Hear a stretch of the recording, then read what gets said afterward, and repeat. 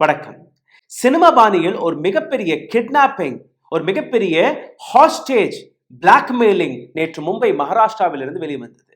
இந்த நாட்டில் இருக்கக்கூடிய ஃபைனான்சியல் கேபிட்டல், சினிமா கேபிட்டலான மும்பையில் நடந்த இந்த இன்சிடென்ட் எந்த அளவில் பெற்றோர்களுடைய வயிற்றை கலக்கியது, எந்த அளவில் குழந்தைகளுடைய உயிருக்கு ஆபத்தாக மாறியது என்று அனைத்து விஷயத்தையுமே இந்த பதிவில் நீங்க பார்க்க போறீர்கள்.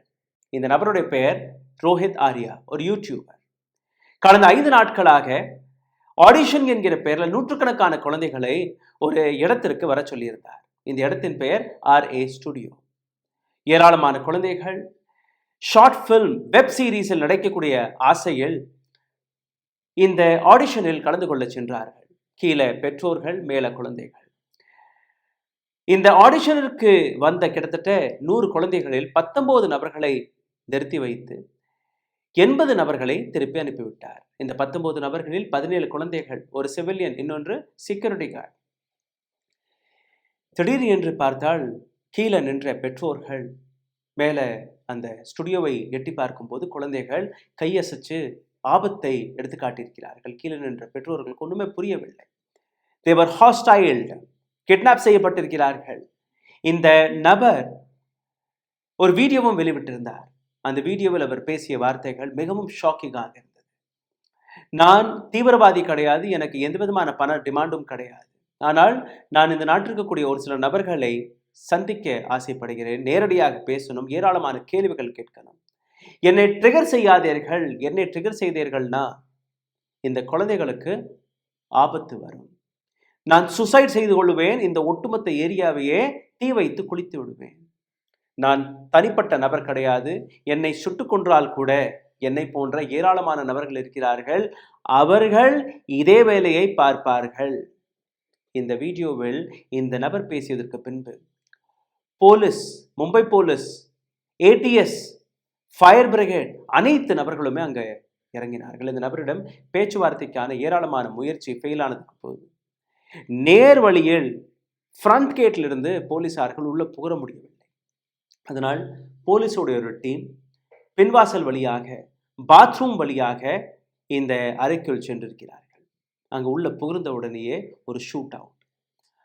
ரோஹித் ஆர்யா அவருக்கு குண்டடி பட்டிருக்கிறது. உடனடியாக அங்க இருக்கக்கூடிய ஹாஸ்டைல் செய்யப்பட்ட 19 குழந்தைகளை மீட்டெடுத்து இந்த நபரை மருத்துவமனைக்கு அனுமதிச்சிருக்கிறார்கள். மாலை ஒரு 5:15 மணி அளவில் இந்த நபர் உயிரிழந்து விட்டார்.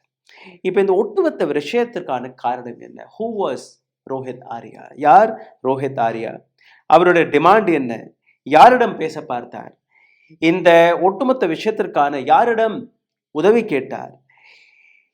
எப்படி இந்த நபருக்கு இந்த தைரியம் கிடைத்தது? எதற்காக 17 குழந்தைகளை இந்தியாவின் ஃபைனான்சியல் கேபிட்டலான மும்பை இது போன்ற இடத்தில் இந்த இன்சிடென்ட் நடந்தது என்கிற இந்த விஷயத்திற்கான ஒரு டீட்டெயில் இன்வெஸ்டிகேஷன் நடந்து கொண்டிருக்கிறது.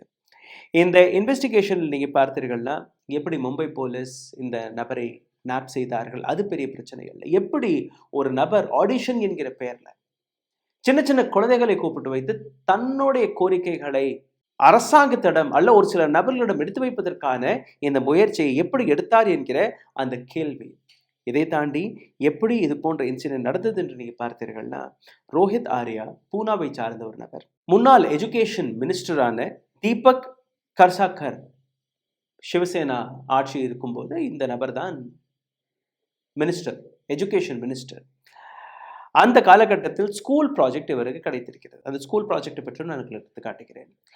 அந்த ஸ்கூல் ப்ராஜெக்டை முடித்ததற்கு பின்பு கிட்டத்தட்ட ஒரு 2 கோடி ரூபாய் அரசாங்க சார்பாக கொடுக்க வேண்டிய ஒரு பில் பெண்டிங்கில் இருந்திருக்கிறது. ரோஹித் ஆர்யா ஏராளமான முறை அரசாங்கத்திடம் அந்த பணத்தை போய் கேட்டபோது அவருக்கு அந்த பணம் கொடுக்கப்படவில்லை. எஜுகேஷன் மினிஸ்டரிடம் நேரடியாக ஏராளமான முறை சந்திக்க முயற்சிக்கும் போது அவரையும் விரட்டடித்து விட்டார்கள்.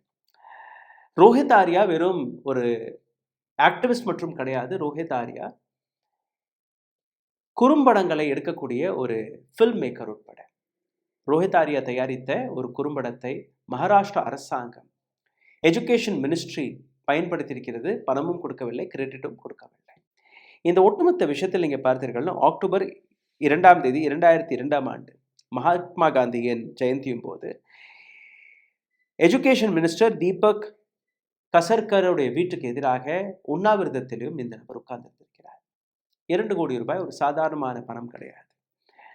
தொடர்ந்து ரோஹித் ஆர்யா இது போன்ற அப்ளிகேஷன்ஸ்கள், போராட்டங்கள் சந்திக்க முயற்பது எல்லாமே நடந்த பின்பு எதுவுமே நடக்கவில்லை. அவருக்கு கிடைக்க வேண்டிய பணமும் கிடைக்கவில்லை. எப்படி ரோஹித் ஆர்யா இந்த நிலைக்கு வந்தார், எதற்காக இந்த பணம் கொடுக்கப்படவில்லை என்கிற ஏராளமான கேள்விகள் இந்த இடத்தில் வெளிவருகிறது. இதே மட்டுமல்ல, ரோஹித் ஆர்யா அந்த வீடியோவில் பேசிய வார்த்தை, நான் ஒரு சாதாரணமான பேச்சுவார்த்தைக்காக தான் இங்கே வந்திருக்கிறேன், என்னை சீண்டி பார்க்காதீர்கள், என்னை ட்ரிகர் செய்யாதீர்கள், என்னை ட்ரிகர் செய்தீர்கள், இந்த குழந்தைகளோட உயிருக்கு ஆபத்து இருக்கும்.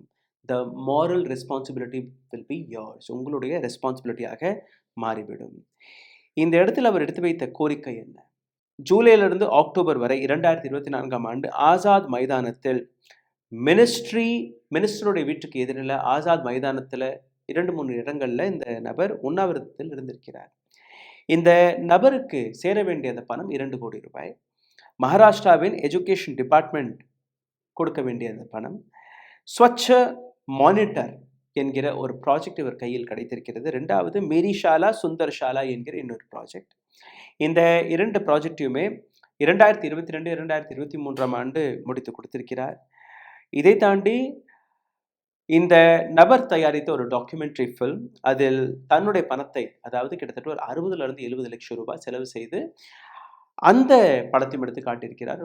ஆக மொத்தம் ஒரு கிட்டத்தட்ட ஒரு 3 கோடி ரூபாய், 2,70,00,000 ரூபாய் இந்த நபருடைய பெண்டிங் பணம் இருந்திருக்கிறது. Former Maharashtra education minister Deepak கொடுத்த பதிலை நீங்கள் பார்த்தீர்கள்னா அப்படியெல்லாம் எதுவும் கிடையாது. இந்த நபர் சரியான முறையில் அந்த பேமெண்ட்டை கேட்கவில்லை, எந்த விதமான டியும் கிடையாது. 2வது பக்கம் நீங்கள் பார்த்தீர்கள்னா கிட்டத்தட்ட 3-5 மணி நேரம் இந்த போராட்டம் நடந்தது. இதில் 19 நபர்களை எந்த விதமான காயமும் இல்லாமல் அந்த நபர்களை சேஃபாக மீட்டெடுத்திருக்கிறார்கள். இந்த ஒட்டுமொத்த விஷயத்தை பற்றி இன்னும் ஆழமான ரிசர்ச், இன்னும் ஆழமான என்கொயரி நடந்து கொண்டிருக்கிறது. எந்த இடத்தில் இந்த விஷயம் நடந்தது, யார் இந்த நபரை ட்ரிகர் செய்தார், இந்த நபருக்கு பின்னாடி வேறு ஆட்கள் இருக்கிறார்கள். ஏன்னா அவரோட வீடியோவில் அப்படிதான் பேசியிருக்கிறார், நான் தனிப்பட்ட நபர் கிடையாது, என்னை போன்ற ஏராளமான நபர்கள் இருக்கிறார்கள், என்னை சுட்டு கொன்றால் கூட அடுத்தபடியாக வேறொரு இடத்தில் இதே போன்ற சம்பவம் நடக்கும் என்கிற விஷயத்தையும் இந்த நபர் எச்சரித்திருக்கிறார். இன்வெஸ்டிகேஷன் நடக்கிறது. YouTuber, film maker, activist Rohit Arya சுட்டுக் கொல்லப்பட்டிருக்கிறார். 17 குழந்தைகள், 2 அடல்ட்ஸ், 19 நபர்களை மீட்டெடுத்திருக்கிறார்கள். இந்த விஷயத்தை பற்றின அடுத்த அப்டேட் கூடிய சீக்கிரம் நாங்கள் உங்களிடம் கொண்டு வந்து சேர்க்க போகிறோம். அதுவரை காத்து கொண்டிருங்கள். இந்த வீடியோ பிடித்திருந்தால் இதை பகிருங்கள். எங்களை சப்போர்ட் செய்ய நினைக்கக்கூடிய நபர்கள் அருகே இருக்கக்கூடிய ஸ்கேனர் கோடை ஸ்கேன் செய்து உங்களுடைய ஆதரவுகளை அனுப்பலாம். லைக், ஷேர் அண்ட் சப்ஸ்கிரைப் பட்டனை தட்ட மறக்காதீர்கள். நன்றி, வணக்கம். ஊடகம் கார்ப்பரேட் அரசியல்வாதிகளின் கைப்பாவையாக, அடிமைகளாக இருந்தது போதும். இனி சாட்டை எடுத்து சுழற்றும் நேரம் வந்துவிட்டது. ஊடகம் பொதுமக்களாகிய உங்களுக்காக, உங்களாலேயே இயக்கப்பட வேண்டும். ஊடக சுதந்திரத்திற்காக உங்களின் பங்களிப்பை இன்றே அளித்திடுங்கள்.